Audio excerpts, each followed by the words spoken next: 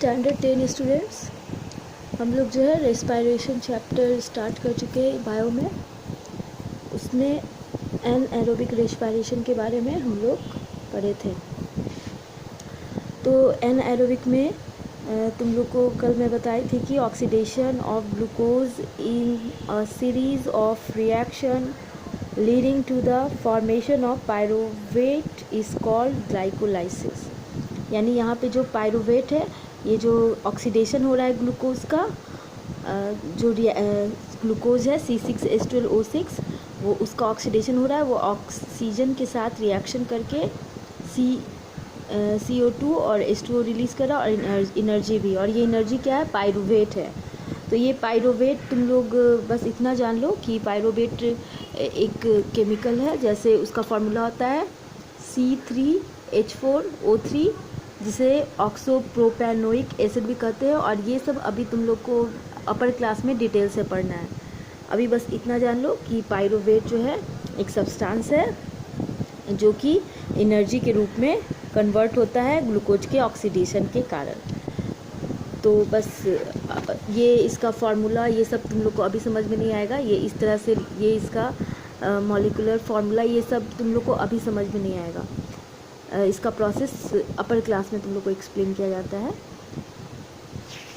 तो ये जो पायरुवेट जो है वो चेंज होना ग्लाइकोलाइसिस कहलाता है। ठीक है। तो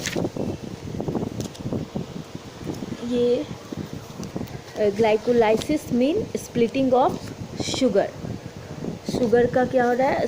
वो डिवाइड हो रहा है टुकड़ों में।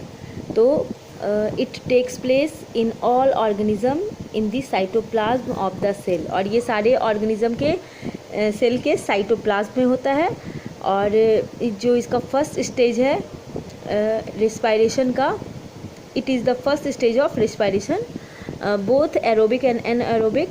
After glycolysis it's product pyruvate, यानी ग्लाइकोलाइसिस होने के बाद उसका प्रोडक्ट है pyruvate, get converted into different compounds depending on whether further reaction takes place in the presence or absence of oxygen। तो ये जो है, ये जो पायरुवेट है वो क्या होगा? अलग अलग कंपाउंड पे में ये अलग अलग कंपाउंड में जो है ये कन्वर्ट हो जाएगा। ये डिपेंड करेगा किस पे कि रिएक्शन जो है वो ऑक्सीजन के प्रेजेंस में हो रहा है या ऑक्सीजन के एब्सेंस में हो रहा है। Glycolysis is the last energy producing stage in case oxygen is absent और in low supply and in cell that lack mitochondria. After glycolysis further anaerobic respiration produce different product like lactic acid और ethanol. तो यहाँ पे ये बोल रहा है कि ऑक्सीजन के एब्सेंट अगर है और या फिर लो सप्लाई है सेल के अंदर या माइटोकॉन्ड्रिया नहीं है, तो क्या होगा? जो ग्लाइकोलाइसिस जो है, तुम लोग जानते हो सेल का पार्ट तो तुम लोग पढ़ चुके हो कि उसमें क्या क्या, तो उसमें माइटोकॉन्ड्रिया होता है, कल मैं एक्सप्लेन की थी। तो after glycolysis further anaerobic reaction produce different product, यानी कि जब ग्लाइकोलाइसिस होगा, इस तरह की कंडीशन होगा कि ऑक्सीजन कम हो और या फिर हो ही ना, सप्लाई कम हो या हो ही ना, तो उसमें ये क्या करेगा? लैक्टिक एसिड या इथेनॉल, जिसे इथाइल अल्कोहल भी बोलते हैं, ठीक है, वो इसका प्रोडक्ट हो जाएगा। This step completes the anaerobic respiration of glucose. तो ये कंडीशन ही ग्लूकोज के एनारोबिक रेस्पिरेशन का रीज़न होता है। Anaerobic respiration resulting in the formation of this product is also called fermentation. और इस तरह का जो रेस्पिरेशन होता है एनारोबिक, उसका जो प्रोडक्ट होता है वो कहलाता है fermentation. Example of lactic acid fermentation and alcohol fermentation are given below. जो यहाँ पे दिया हुआ है, यानी कि जो लैक्टिक एसिड या अल्कोहल जो बनने का प्रोसेस होता है वो फर्मेंटेशन के थ्रू ही होता है। फर्मेंटेशन के प्रोसेस में लैक्टिक एसिड या फिर अल्कोहल प्रोड्यूस होता है। तो in a low supply of oxygen yeast convert pyruvate to ethanol और कार्बन डाइऑक्साइड। इथेनॉल जो हो गया वो हो गया कार्बन C2H6 ये इथेनॉल का होता है। ये सब फार्मूला अभी तुम लोग को आगे डिटेल से पढ़ना है, तो बस इतना जान लो कि कार्बन और हाइड्रोजन से मिलकर बना हुआ होता है इथेनॉल। तो सर्टेन बैक्टीरिया जो है विच लैक माइटोकॉन्ड्रिया, जिसमें जो ये ईस्ट है इसमें माइटोकॉन्ड्रिया इसके सेल में नहीं होता है, या फिर ऑक्सीजन की भी कमी होती है, ऐसे ये ईस्ट जो है इसके सेल में माइटोकॉन्ड्रिया नहीं होता है, कन्वर्ट कर देता है pyruvate to lactic acid where our muscles are overworked. जब ये ऐसा तब भी हमारी बॉडी में भी होता है। हम लोग ऐसे तो एरोबिक रेस्पिरेशन करते हैं, लेकिन जब हम कोई बहुत ज़्यादा भारी वर्कआउट कर रहे होते हैं, एक्सरसाइज, तो उस टाइम में हमारे मसल में ऑक्सीजन की कमी के कारण ये कंडीशन आ जाता है। उस समय भी पाइरुवेट्स कन्वर्ट हो जाता है लैक्टिक एसिड में। Accumulation of excess lactic acid in the muscles causes pain. यहाँ पे मैंने इस तरह से एक्सप्लेन किया है। ये देखो, ये ग्लूकोज है वो पाइरुवेट और इथेनॉल में कन्वर्ट हो जाता है। कार्बन और एनर्जी जो है वो लोअर ऑर्गेनिज्म में इस तरह से ग्लूकोज का ब्रेकडाउन होता है।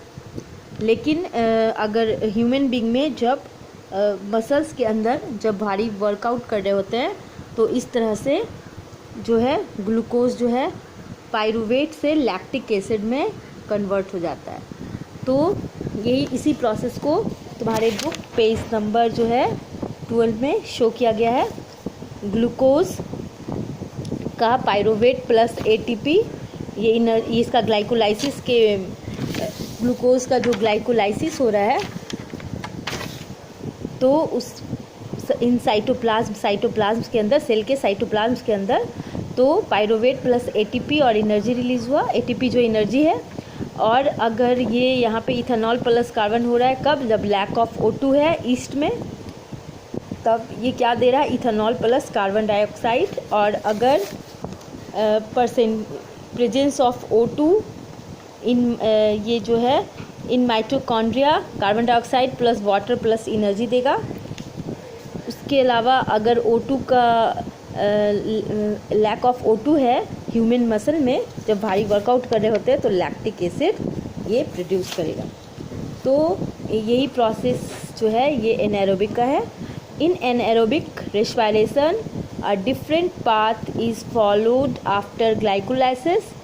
In the presence of oxygen in cell that have mitochondria, pyruvate is oxidized further in a number of steps to produce more energy, carbon dioxide and water.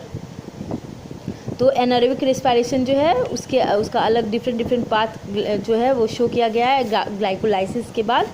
और जो oxygen के प्रेजेंस में जो है cell जो है, या फिर माइटोकॉन्ड्रिया अगर उसके सेल में मौजूद है, तो pyruvate is oxidised further in a number of steps to produce more energy, carbon dioxide and water. तो अब है, ये तो था एनाएरोबिक रेस्पिरेशन में क्या होता है, जब O2 के एब्सेंस में हम लोग रेस्पिरेशन करते हैं। जो भी हम लोग नहीं, मीन्स लोअर एनिमल्स या फिर हमारे मसल्स में जब हम भारी वर्कआउट कर रहे होते हैं।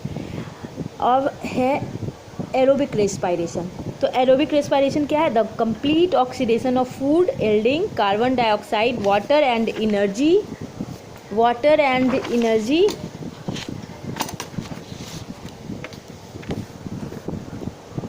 and energy, the presence of oxygen is called aerobic respiration। यानी ऑक्सीजन के प्रेजेंस में ऑक्सीडेशन, जब कंप्लीट ऑक्सीडेशन होता है फूड का, yielding carbon dioxide, water and energy, तो ये कहलाता है aerobic respiration. Aerobic respiration takes place inside the mitochondria after glycolysis. Pyruvate enters the mitochondria and is oxidized in a series of reaction। तो यहाँ पे जब माइटोकॉन्ड्रिया, सेल के mitochondria में ग्लाइकोलाइसिस के बाद जो पाइरुवेट जो होता है वो बनने के बाद माइटोकॉन्ड्रिया जो के अंदर ऑक्सीडाइज सीरीज रिएक्शन होता है। The product of a reaction include ATP, carbon dioxide and water. The number of molecules of ATP formed in aerobic respiration is 38 hence the energy made available is much greater than in the case of anaerobic respiration।